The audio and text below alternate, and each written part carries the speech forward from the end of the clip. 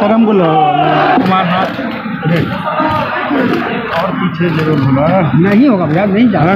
बहुत भोला तुम देखने में, भोला तुम एकदम भोला हो। अशोक की जयंती मना रहे हैं, क्या कुछ है इसके लिए, इसके जयंती के ऊपर क्या लग रहा है, कुछ राजनीतिक पहल भी है क्या आप लोगों की? नहीं, स्वामी सहजानंद सरस्वती जी की 134वीं जयंती है और हम लोग उनके जयंती के अवसर पर याद कर रहे हैं उन्हें। साथ ही साथ यह चिंतन भी कर रहे हैं कि स्वामी सहजानंद सरस्वती जी जिन वर्गों की लड़ाई आजीवन लड़ते रहे, जिसके लिए संघर्ष किए, जिन सामंतवादी विचारधारा और ताकतों के खिलाफ इन्होंने अपनी आवाज़ बुलंद की, आज इनके नाम पर वैसे ही सोच रखने वाले लोग, जैसे कि ये सामंतवादी सोच, परिवारवादी सोच से ये बाहर निकलकर या उनके खिलाफ आवाज़ उठाते रहे, आज वही लोग इनके नाम पर राजनीतिक सेक कर अपनी पार्टी के आकाओं को भी गुमराह कर रहे हैं और साथ साथ उनके समाज को भी गुमराह।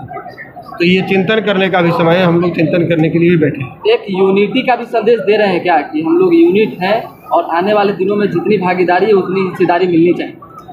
देखिए, स्पष्ट करना चाहेंगे, चाहे वो परशुराम जयंती हो, चाहे वो महाराणा प्रताप की जयंती हो, चाहे स्वामी सहजानंद सरस्वती जयंती हो, चाहे अम्बेडकर जयंती हो, चाहे पेरियार जयंती हो, चाहे फूले जयंती हो, कहने को तो सब लोग जयंती मनाते हैं उन्हें श्रद्धांजलि अर्पित करने के लिए, नमन करने के लिए, याद करने के लिए, लेकिन निश्चित रूप से इसी बहाने उनके वर्ग के लोग, उनके समाज के लोग अपनी ताकत, अपनी एकता का परिचय देते हैं। कल पटना में ही अमित शाह आ रहे हैं स्वामी जी का जयंती मनाने के लिए, तो उनकी जयंती समारोह और आपकी जयंती समारोह में क्या भिन्नता रहेगी? देखिए, वो जमींदारों का कार्यक्रम और ये गरीब किसानों का कार्यक्रम है, जिनकी लड़ाई स्वामी सहजानंद सरस्वती जी लड़ते हैं। जमींदार कहने से मतलब कि आप पटना में घूम रहे होंगे, आप सभी पत्रकार बंधु पटना से ही हैं, 2 करोड़ से कम का पोस्टर पटना में नहीं लगा हुआ। अब बताइए कि एक जयंती में 2 करोड़ का पोस्टर लगे और प्लस 1000 रुपये और 500 रुपये मोड़ी देकर आदमी बुलाया जाए और सारी सुविधाएं दी जाए, यानी कि एक जयंती बनाने के लिए 50 करोड़ रुपया खर्चा की जाती, तो कोई जमींदारी कर सकता है? ये कोई किसान तो नहीं। आज के जयंती के बाद स्वामी जी पर कुछ आप लोगों की मांग भी है? हाँ, हमारी एक मांग तो है स्वामी जी को लेकर कि स्वामी जी आजीवन गरीब, वंचित, मजलूम किसानों की लड़ाई लड़ते रहे और किसान आंदोलन के जनक कहे जाते हैं और सबसे बड़े प्रणेता कहे जाते हैं। बावजूद इसके जो उनको सम्मान मिलना चाहिए था, मेरे हिसाब से उनको सम्मान सरकारों ने नहीं दी है।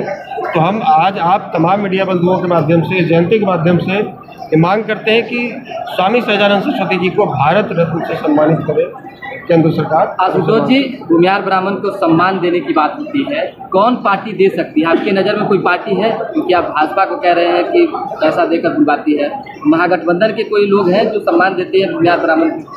बगैर कोई लालच और बगैर कोई भय का आज के ज़माने में कोई सम्मान नहीं देता। स्पष्ट है, बिना कोई लालच, बिना कोई भय का आप 35-40 वर्षों से एक पार्टी विशेष के प्रति समर्पित हो गए, ये समाज समर्पित हो गया। आज उसी का परिणाम हुआ कि मुजफ्फरपुर, वैशाली, मोतिहारी, जहानाबाद, पाटलिपुत्रा, महाराजगंज जैसी हमारी परंपरागत सीटें हमसे छीन ली गई। वो सीटें किसकी थी? स्वामी सहजानंद सरस्वती जी के समाज की सीटें थी, उनके कोटे की सीटें थी। और आज उन्हीं के समाज को खुश करने के लिए माननीय केंद्रीय गृह राज्य मंत्री जी आ रहे, गृह मंत्री जी आ रहे हैं और स्वामी सहजानंद सरस्वती जी के समाज के ही नेता उनको बुला। तो हमारा कहना यह है कि जो लोग गृह मंत्री जी को बुला रहे हैं, क्या उनसे ये सवाल कर सकते हैं कि आखिर इस समाज ने क्या गलती की कि 40 वर्षों तक आपके लिए बूथ पर लाठी गोली खाया और चलाया, आपके लिए कार्यकर्ता तैयार किया और आप बारी बारी से हमारी परंपरागत सीटें हमसे छीन ली। तो क्या ये सीटें आप हमको वापस लौटाने आए हैं? और यदि नहीं लौटाने आए हैं तो आप आ जाइए, चाहे वो डोनाल्ड ट्रंप आ जाए, क्या फ़र्क पड़ता है? क्या फ़र्क पड़ता है उस समाज में? लेकिन हमें लगता है कि ये पूछने की हिम्मत उन नेताओं की नहीं है जो 2 करोड़ रुपए खर्च करके बैनर पोस्टर लगाए हैं और ये दिखा रहे हैं कि हम अपनी ताकत के इस वर्ग के हम ही नेता है। तो भैया, नेता आपको राज्यसभा टिकट मिल सकता है, आपको सांसद बनाया जा सकता है, आपको मंत्री बनाया जा सकता है, लेकिन समाज का कल्याण तो उससे नहीं होगा। समाज का कल्याण तब होता है जब आप उनसे सवाल करते हैं कि माननीय गृह मंत्री जी, इस देश में पिछड़ा आयोग भी है, दलित आयोग भी है, अल्पसंख्यक आयोग भी है, क्या गरीब सवर्णों के लिए कोई सवर्ण आयोग का भी गठन हो सकता है? ये सवाल करते कि वहाँ से जो 10% EWS के तहत जो आरक्षण दिया गया, रिजर्वेशन दिया गया, क्या उसमें उम्र सीमा में छूट दी जा सकती है? क्या हमारी परंपरागत खोई हुई सीटें हमें वापस दी जा सकती है? क्या हम आपके विचारधारा के साथ हैं?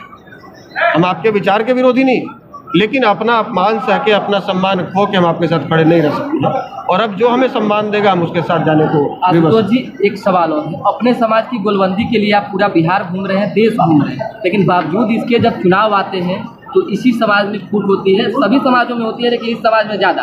कैसे गोलबंदी संभव हो पाए? दरअसल इस समाज ने अपना एक विकल्प तैयार नहीं किया, इसने सबसे बड़ी गलती यही की। आज आप जातियों के हिसाब से यदि पार्टियों को बांटेंगे तो बिहार में हर प्रमुख जाति की एक पार्टी बनी हुई है और सब अपनी अपनी हिस्सेदारी मांग रहे हैं। और इस समाज के लोग कभी कांग्रेस को मजबूत करते रहे, कभी भाजपा को मजबूत करते रहे, जबकि ये खुद में इतना मजबूत थे कि जब ये एकजुट होकर अपना राजनीतिक विकल्प दे दिए होते तो शायद सारी राजनीतिक पार्टियों को इनके पास आना पड़ता। तो अब जब एक विकल्प बना है तो थोड़ा समय लगेगा और बुद्धिजीवी के रूप में सामने आएगी। जी, निश्चित रूप से पॉलिटिकल पार्टी बनी है तो विकल्प के रूप में ही सामने लाने को बनाई गई है, लेकिन समय लगेगा। लोगों तक हमें पहुंचना पड़ेगा, जन जन तक पहुंचना पड़ेगा, पार्टी की विचारधारा उन तक पहुंचानी होगी, उनको जोड़ना होगा, उद्देश्यों को। 24 में किसके साथ है आशुतोष कुमार? हम राष्ट्रीय जनजन पार्टी के साथ। एक सवाल और, पार्टी गठबंधन अगर होती है तो जो हमारी शर्तों के साथ में हम उसके साथ। आशुतोष जी, एक सवाल आप सेना से जुड़े रहे हैं, अभी माहौल बना हुआ है। बिहार सरकार में मंत्री है, उन्होंने बयान दे दिया कि भाई जो सेना के लोग हैं 8 सालों बाद जो अग्निवीर हैं वो हम सब का प्रयोग नहीं कर पाएंगे। तो कैसे देखते हैं आखिर इस बयान को, कैसे देखते हैं? देखिए, अभी जो 2-4 मंत्री जो लगातार बयानबाजी जो कर रहे हैं, चाहे वो रामचरितमानस पर हो, चाहे वो सवर्णों को लेकर हो, चाहे वो सेना को लेकर हो, आप समझिए कि महज पब्लिसिटी स्टंट है, इसके अलावा और कुछ नहीं है। वो पब्लिक में अपनी बात, अपना चेहरा दिखाना चाहते हैं, भाई हम भी ये कहने का उल्टा पल्टा बयानबाजी करके पब्लिक में बने रहना चाहते हैं, इसके अलावा कुछ नहीं।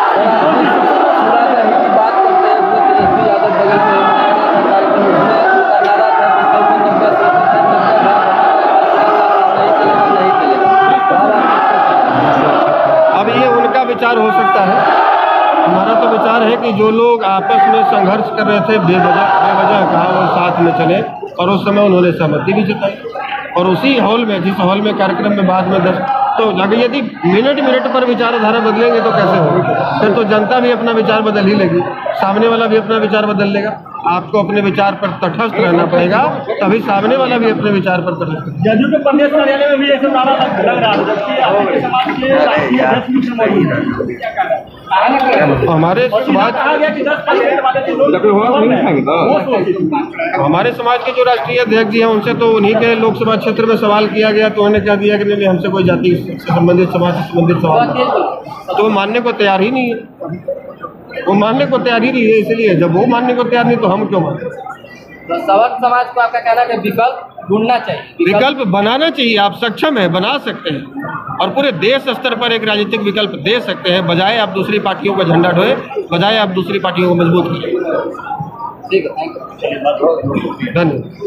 सर, भूमिहार ब्राह्मण एकता मंच जिस रूप से कार्य कर रही थी और जो मांग लेकर के उतरी थी, क्या आरजेडी भी वही रूप से काम करती रहेगी? देखिए, सीधी सी बात है कि भूमिहार ब्राह्मण ये दो जो शब्द हैं, तो ये तो सीधा प्रतीत होता है कि ये 2 जातियों के लिए बनाया गया संगठन है और उनकी भलाई के लिए। लेकिन जैसे ही दल हो जाता है, राजनीतिक दल, तो उसमें किसी जाति के लिए काम नहीं होता, उसमें तमाम वर्ग का काम होता है। हाँ, उस वर्ग की बात जरूर होगी जिस वर्ग की बात कोई राजनीतिक दल नहीं करता। दलितों, पिछड़ों, मुसलमानों, अल्पसंख्यकों, सबकी बात होती है, लेकिन सवर्णों की बात नहीं होती है। तो राष्ट्रीय जनजन पार्टी दलित, पिछड़ा, मुसलमान, अल्पसंख्यक सबके साथ साथ में सवर्णों की भी बात मजबूती से करे। धन्यवाद।